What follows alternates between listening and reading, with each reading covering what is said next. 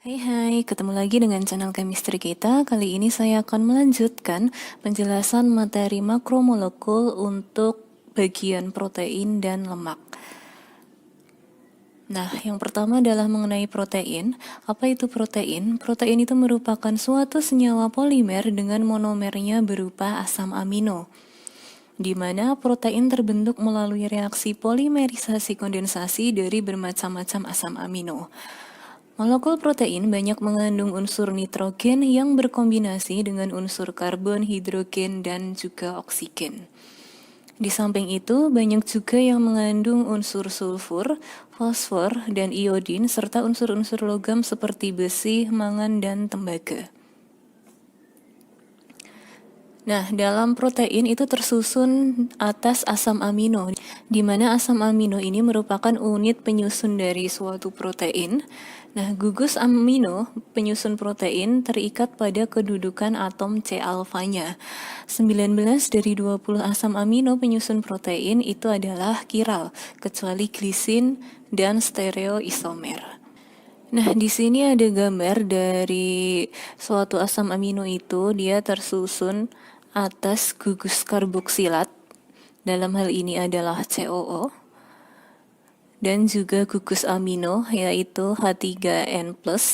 Nah, di sini kan dia terikat pada atom C-alfa. Ada bentuk non-ion untuk asam amino dan ada bentuk untuk zwitter ionnya.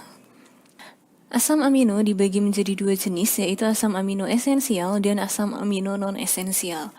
Di mana asam amino esensial adalah asam amino yang tidak dapat dibuat atau disintesis oleh tubuh, sehingga sangat diperlukan untuk proses metabolisme dalam tubuh. Sedangkan asam amino non-esensial adalah asam amino yang dapat dibuat oleh tubuh itu sendiri. Nah, ada masing-masing 10 asam amino esensial dan asam amino non-esensial. Untuk asam amino esensial ada arginin, histidin, triptofan, fenilalanin, leusin, lisin, isoleusin, treonin, metionin, dan valin.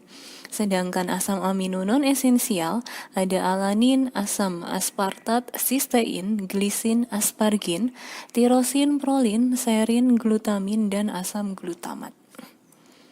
Nah, ini adalah struktur dari asam amino.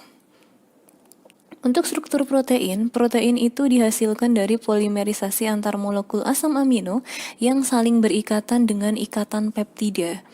Nah, di mana ikatan peptida ini terjadi antara atom C dari gugus COOH dengan atom N dari gugus NH2. Nah, di sini misal ada asam amino 1 dengan asam amino 2.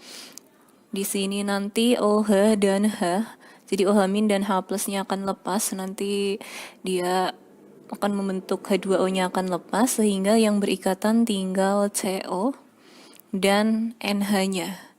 Nah, ikatan antara asam amino 1 dengan asam amino yang lain itu merupakan suatu ikatan peptida. Ini yang disebut dengan ikatan peptida, ada CO, NH. Untuk uji protein, ada beberapa. Yang pertama adalah uji Biuret. Uji Biuret dilakukan untuk menguji adanya ikatan peptida dalam protein, di mana reaksi ini akan positif jika terbentuk warna ungu. Yang kedua ada uji santoprotein atau santoproteat. Uji santoprotein ini dilakukan untuk menguji adanya inti benzena pada protein seperti tirosin, triptofan, dan fenilalanin. Nah, reaksi itu akan positif jika terbentuk warna kuning atau warna jingga. Yang ketiga ada uji belerang atau timbal asetat, Pb asetat, di mana uji belerang ini dilakukan untuk menguji adanya belerang dalam protein seperti sistein. Reaksi yang positif akan terbentuk endapan hitam pada sampel yang diuji. Kemudian berikutnya ada uji ninhidrin, di mana uji ninhidrin ini merupakan uji umum protein yang spesifik untuk asam amino. Uji ini positif jika terbentuk warna ungu atau lembayung. Yang terakhir ada uji Milon. Uji Milon dilakukan untuk mengidentifikasi protein yang mengandung tirosin. Reaksi ini akan positif jika terbentuk endapan berwarna merah. Selanjutnya ada kegunaan protein, ada beberapa kegunaan protein.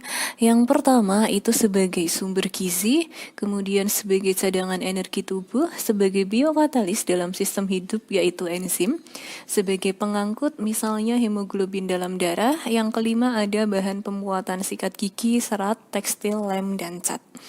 Yang terakhir sebagai pelindung pada beberapa binatang, misalnya bisa ular. Selanjutnya adalah lemak. Nah, lemak itu merupakan molekul yang tersusun atas karbon, hidrogen, oksigen, dan kadang-kadang fosfor serta nitrogen. Berdasarkan ikatannya, lemak itu bisa dibagi menjadi minyak dan lemak. Dengan masing-masing ciri-ciri, minyak itu nanti dia wujudnya cair, alkanoatnya tidak jenuh, dia dapat diadisi, dan umumnya dia nabati, berasal dari tumbuh-tumbuhan. Kemudian untuk lemak, ciri yang pertama dia wujudnya padat, alkanoatnya jenuh, tidak dapat diadisi, dan umumnya berasal dari hewani. Itu untuk klasifikasi lemak. Untuk struktur lemak, lemak dan minyak mempunyai struktur dasar yang sama, yaitu merupakan triester dari gliserol yang dinamakan trigliserida. Lemak terdiri dari 4 bagian, yaitu 1 molekul gliserol dan 3 molekul asam lemak. Di sini ada contoh struktur lemak. Nah, di sini ada bagian asam lemak dan ada bagian gliserolnya. Nah, jadi ini yang sehat-sehat ini itu merupakan gliserolnya, bagian dari gliserolnya. Kemudian 3 molekul asam lemak nanti kalau dia dihidrolisiskan di sini ada 1, 2, 3. Jadi di situ ada 3 asam stearat nanti. Berikutnya untuk hidrolisis lemak. Nah, lemak dan minyak itu nanti jika dihidrolisis akan menghasilkan asam lemak dan gliserol. Di sini ada contoh dari suatu hidrolisis gliseril tristearat. Nah, bagaimana hidrolisisnya? Jadi nanti kita tinggal memisahkan saja di bagian ini, kita potong nih yang saya tandai merah. Nanti tinggal ditambahkan dengan OH. Dia akan membentuk gliserol. Jadi nanti di sini ada 1 molekul gliserol. Kemudian untuk asamnya, asam karboksilatnya nanti tinggal ditambahi dengan H. Ada 3 molekul asam karboksilat. Kalau dalam hal ini, karena yang dihidrolisis adalah gliseril tristearat, berarti nanti akan terbentuk gliserol dan asamnya adalah asam stearat.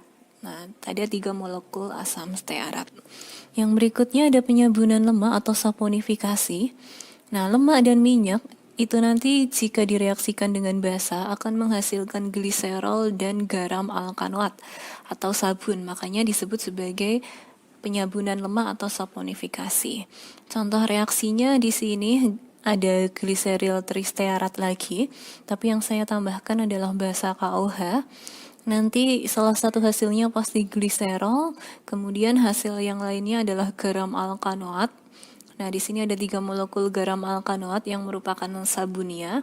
Karena tadi di sini trigliseridanya saya tambahkan dengan basa KOH, makanya di sini di garamnya dia mengandung kaliumnya. Ini kalium, kemudian itu adalah stearatnya. Yang terakhir di sini ada adisi hidrogen. Adisi hidrogen itu terjadi jika ada minyak yang saya tambahkan dengan gas O2 itu akan menjadi lemak. Di sini ada contoh, ada gliseril trilinoleat. Nah, di sini kan jumlah H mula-mulanya adalah 33, kemudian dia diadisi oleh hidrogen. Jadi ada 3 molekul H2, masing-masing dia akan bergabung dengan H33 ini. Jadi nanti kalau di sini ditambah 2 atom H, dia akan menjadi 35 jumlahnya masing-masing. Nah, itu untuk adisi hidrogen.